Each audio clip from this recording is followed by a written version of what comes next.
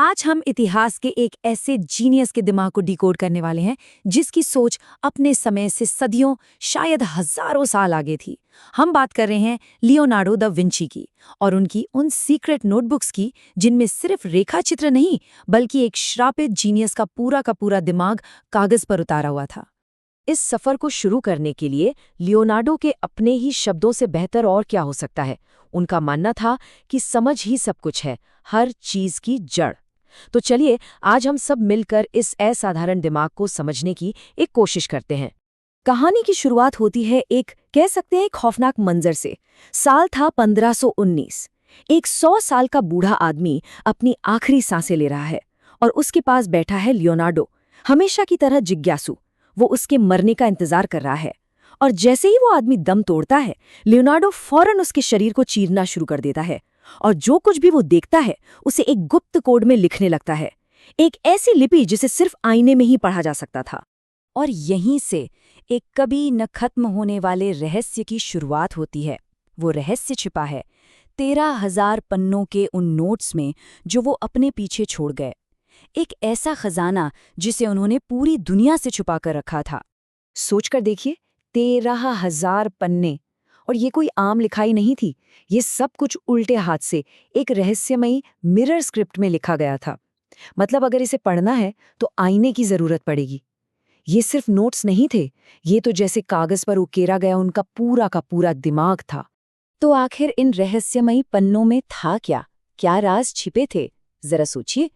इंसानी शरीर के ऐसे सटीक चित्र जो आज की मेडिकल किताबों को टक्कर दे सकते हैं, उड़ने वाली मशीनों के सीक्रेट डिजाइन्स जो उनके समय से सदियों आगे थे, ऐसे हथियार जो पूरी की पूरी सभ्यताओं को मिटा सकते थे।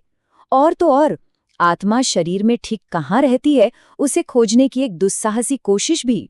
और यहीं उनके काम का सबसे बड़ा संघर्ष सामने आता है। लियोनार्डो को ये बात बहुत अच्छे से पता थी कि अगर उनकी ये खोजें, इंसानी शरीर पर उनकी ये एक्सपेरिमेंट्स और उनके दूसरे क्रांतिकारी विचार दुनिया के सामने आ गए, तो चर्च उन्हें एक विधर्मी, एक हेरेटिक मानेगा और इसकी सजा जिंदा जला दिया जाना। अच्छा, इस कहानी को ठीक से समझने के लिए थोड़ा पीछे चलते हैं।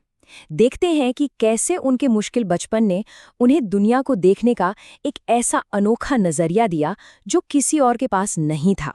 लियोनार्डो का जन्म एक नाजायज संतान के तौर पर हुआ। इसका मतलब था न कोई किताबी तालीम, न समाज में कोई पहचान। ऊपर से वो उल्टे हाथ से लिखते थे तो लोग उन्हें शैतान का बच्चा कहकर बुलाते थे। मतलब हर तरफ से अकेलापन। और शायद इसी अकेलेपन ने उन्हें अपना गुरु खुद बना दिया। उनकी टीचर बनी उनकी अपनी गहरी ऑब्जर्वेशन की पावर। दुनिया ने उन्हें जो लेबल दिए, जो कमियां गिनाई, असल में वही उनकी सबसे बड़ी ताकत बन गई। एक तरह से उन्होंने समाज की दी हुई इन जंजीरों को ही अपनी ढाल बना लिया और इसी ढाल के पीछे उन्हें वो आज़ादी मिली जिससे वो दुनिया को बिल्कुल अपनी नज़रों से देख सकें।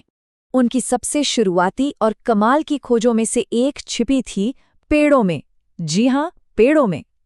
उन्होंने एक ऐसा पैटर्न देखा जो सिर्फ पेड़ों पर ही नहीं बल्कि हमारी नसों में दौड़ते खून, नदियों के जाल और यहाँ तक कि आज के इंटरनेट पर भी लागू होता है। उन्होंने ये समझा कि एक पेड़ के तने से जितना रस ऊपर जाता है ना, ठीक उतना ही रस उसकी सारी शाखाओं में बंटकर आगे बढ़ता है। इसे ऐसे समझें जैसे एक बड़े पानी के पाइप से जितना पानी अंदर आता है, उससे जुड़े सभी छोटे पाइपों से उतना ही पानी बाहर निकलता है। बिल्कुल सिंपल। यही है नेटवर्क फ्लो का सिद्धांत, एक ऐसा नियम जिसे वो गैलीलियो और न्यूटन से भी सदियों पहले समझ चुके थे। अब कहानी उस मोड़ पर आती है। एक ऐसी घटना जिसने उन्हें हमेशा के लिए बदल दिया। एक ऐसा हादसा जिसने उन्हें अकेलेपन और जुनून की उन गहराइयों में धकेल दिया जहां से एक बिल्कुल नए लियोनार्डो का जन्म हुआ। साल था 1476। फ्लोरेंस में किसी ने गुमनाम तौर पर उन पर सोडोमी का आरोप लगा दिया। ये कोई छोटा मोटा इल्जाम नहीं था। उस जमाने में इसकी सिर्फ एक सजा थी, भयानक टॉर्चर और मौत। किस्मत से वो बच तो गए, लेकिन उनकी दुनिया, उनकी इज्जत सब बर्बाद हो गई। लेकिन कहते हैं ना, एक टूटे हुए इंसान के खुद को फिर से बनाने से ज्यादा खतरनाक कुछ भी नहीं होता। और शायद इसी हादसे के बाद दा विंची के अंदर के असली जीनियस, या कहें असली पागलपन का जन्म हुआ। नतीजा ये हुआ कि लियोनार्डो ने अगले 4 सालों तक खुद को एक कमरे में बंद कर लिया, दुनिया से बिल्कुल कट गए। अब उनकी दुनिया लोग नहीं थे, बल्कि उनके ख्याल थे, उनके सवाल थे, उनके स्केच थे। उनकी नोटबुक्स ही उनकी एकमात्र दुनिया और एकमात्र साथी बन गईं। तो चलिए अब वापस लौटते हैं उन नोटबुक्स की तरफ और इस बार देखते हैं कि कैसे उनकी जिंदगी के इन बुरे अनुभवों ने उनकी वैज्ञानिक और कलात्मक खोजों को एक नई आग दी। उनकी पहचान, उनका वजूद सब बिखर चुका था और अब वो सबसे बुनियादी सवालों के जवाब ढूंढ रहे थे। मैं कौन हूं? ये आत्मा आखिर रहती कहाँ है? दर्द, शर्म, डर, ये सारे जज्बात शरीर के किस हिस्से में बसते हैं? अब सच्चाई जानना उनके लिए कोई हॉबी नहीं थी, ये उनके वजूद का सवाल बन गया था। और इन सवालों के जवाब पाने के लिए उन्होंने वो किया जो उस वक्त का सबसे बड़ा गुनाह था। उन्होंने गैर कानूनी तरीके से मुर्दा लाशों को स्मगल करना शुरू कर दिया। वो उन्हें काटते, उनकी खोपड़ी खोलते, सिर्फ ये समझने के लिए कि आत्मा का मैकेनिज्म क्या है। जरा इस तस्वीर को देखें। बाईं तरफ है लियोनार्डो की ड्राइंग और दाईं तरफ एक मॉडर्न एमआरआई स्कैन। ये लगभग एक जैसा दिखता है ना? ये तस्वीर एमआरआई मशीन बनने से 500 साल पहले बनाई गई थी। उन्होंने दिमाग के 4 हिस्से बनाए जहां उन्हें लगता था कि आत्मा रहती है। हाँ, आज हम जानते हैं कि ये सच नहीं है, लेकिन उनकी ड्राइंग्स कमाल की, असाधारण रूप से सटीक थीं। और यही बात उन्हें सबसे अलग बनाती है। उनके लिए विज्ञान और कला एक ही चीज थी, एक ही सिक्के के दो पहलू। अपनी वैज्ञानिक समझ से ही उन्होंने स्फ्यूमाटो नाम की एक पेंटिंग तकनीक बनाई। स्फ्यूमाटो का मतलब है धुएं जैसा। इसमें कोई कठोर लाइन, कोई आउटलाइन नहीं होती। सब कुछ रोशनी और परछाई से ऐसे उभरता है जैसे धीरे धीरे हवा में घुल रहा हो। और अब आते हैं उनकी जिंदगी के सबसे बड़े, सबसे उलझे हुए पहलू पर। एक ऐसा इंसान जो पूरी दुनिया में क्रांति ला सकता था, वो ये मानते हुए मरा कि उसकी पूरी जिंदगी एक बहुत बड़ी असफलता थी। इतिहासकारों को लियोनार्डो के हमेशा दो चेहरे दिखे हैं। एक तरफ एक शांति पसंद, शाकाहारी इंसान जो बाजार से पंछियों को सिर्फ इसलिए खरीदता था ताकि उन्हें आजाद कर सके, और दूसरी तरफ एक ऐसा इंसान जो इंसानियत को तबाह करने वाली युद्ध मशीनें डिजाइन कर रहा था।